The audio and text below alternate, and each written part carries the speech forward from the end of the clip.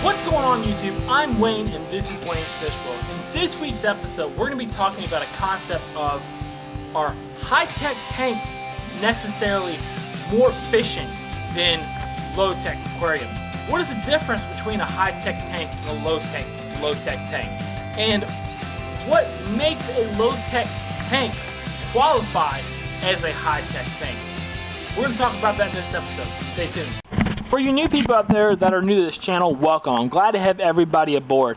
I started keeping fish when I was probably about 4 years old, and I'm going to turn 24 this month. So that's 20 years, and I'm giving all my knowledge back. Everything that I've accumulated over the years, I'm sharing it with my YouTube community. That way they can learn through my mistakes and my experiences. That way they don't have to encounter those problems on their own. There's not much of anything that I don't do in my aquarium. I have a broad spectrum. Check the YouTube channel also out on Facebook.com. It's a great place to get a little extra sneak peeks on what's going to be going on with my YouTube channel.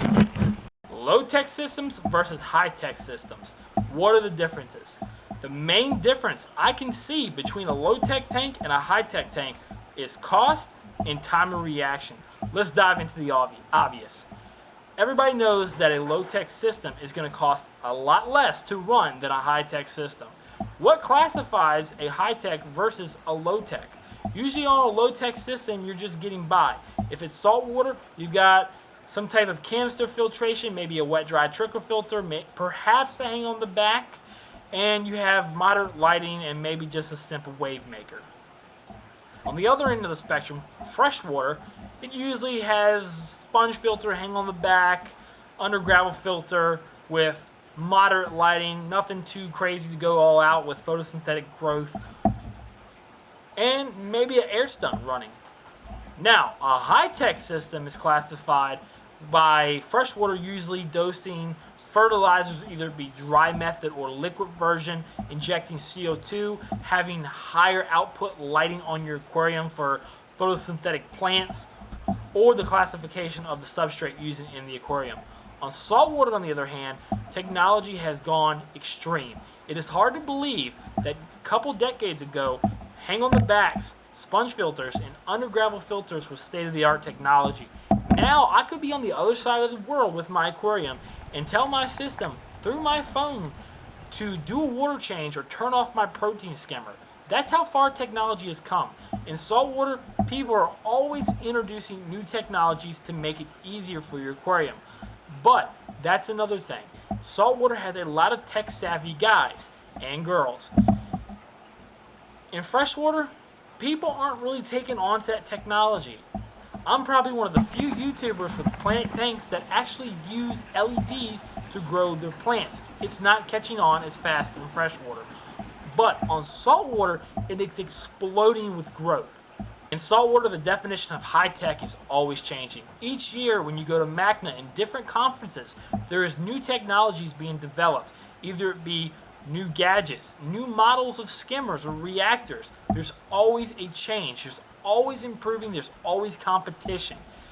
And as things change, people have to change their aquariums to keep up with the times. Like I said, most saltwater people aren't in it just for the fish and coral. People want to have their tanks all decked out like their vehicles. So we know what the difference between cost. Cost of a high-tech system is going to be much more because you're running so many more things. In a low-tech system, very simple, not much going on. You didn't pay much for a lot of the equipment because it's not state-of-the-art. So what do I mean by time of reaction? Well, in a low-tech system, things are going to go a lot slower. In a high-tech system, things are racing forwards. And the reason for that is because you are forcing things to speed up. Let's talk freshwater first. In a freshwater system, a high-tech tank is classified by, usually in plant aquariums, by running CO2, higher lights, dosing fertilizers, and a good substrate. All these things lead to massive plant growth.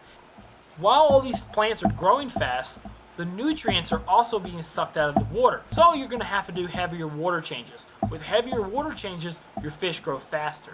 So everything is darting forward. In saltwater, like I said earlier, the definition is always changing. But it's usually having a reef tank with a sump, refugium, protein skimmer, a couple of reactors, a couple of controllers, and wave makers. Now, I know that sounds like a lot, but that is probably the new standard of high tech in saltwater. By dosing all these things in freshwater or saltwater, growth is exploding. Everything is exploding. And the reaction time slows down. Take this for example. If you're on the interstate going 120 miles an hour and an elephant walks out in front of you, it's going to get a little nasty. The same principle applies to your aquarium. If you are doing all these things to your systems, when something goes out of balance, it could throw it off course. Let's use this example for saltwater. Say I've got a strictly SPS tank, and while I was on vacation, I didn't know it, but the tubing on one of my dosers came off. Now I'm dosing my Bionic all over the floor. My SPS corals aren't getting the nutrients they require. Let's say my calcium reactor developed a crack and leaked everywhere, not going in my aquarium. My SPS corals don't have that calcium, now they can't grow. That right there could throw your system out of balance. The same thing applies to freshwater. If you're doing all these things rapidly growing, and then a power outage happens for days, your highlight plants aren't getting light, they might start dying off or melting back to adapt to the conditions. Now, with the low-tech systems, it's more like a 70-year-old grandpa driving in the middle of the night. He can't see anything, he's going slow, he's being careful. That is exactly what a low-tech system is doing. It's going to take a lot longer for things to happen. Things are gradually taking their time at a moderate pace. So if something goes wrong, you can catch it much faster.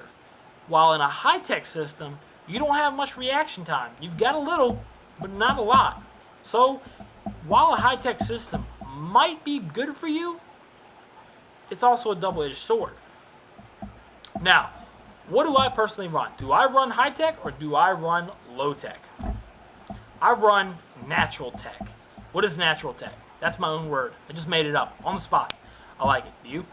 What I mean by that is I believe in setting my aquarium up to a natural environment. That way my aquarium can naturally take care of itself. Now that you guys have my opinion, let's get another opinion from another person. Not only any person, but the owner of my local fish store, Gordon's Pet Store in Warsaw, Virginia.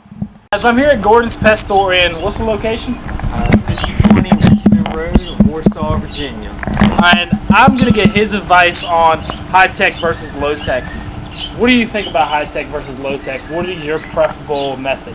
I hate technology. So low-tech all the way for me personally. Some people don't find that as fun or entertaining, but I like low-tech systems. Less to go wrong, less to break. I was raised a little old school. My dad used to have fish tanks back before they even had filters. Now, let me interrupt you on that one. His dad is the sage who taught me.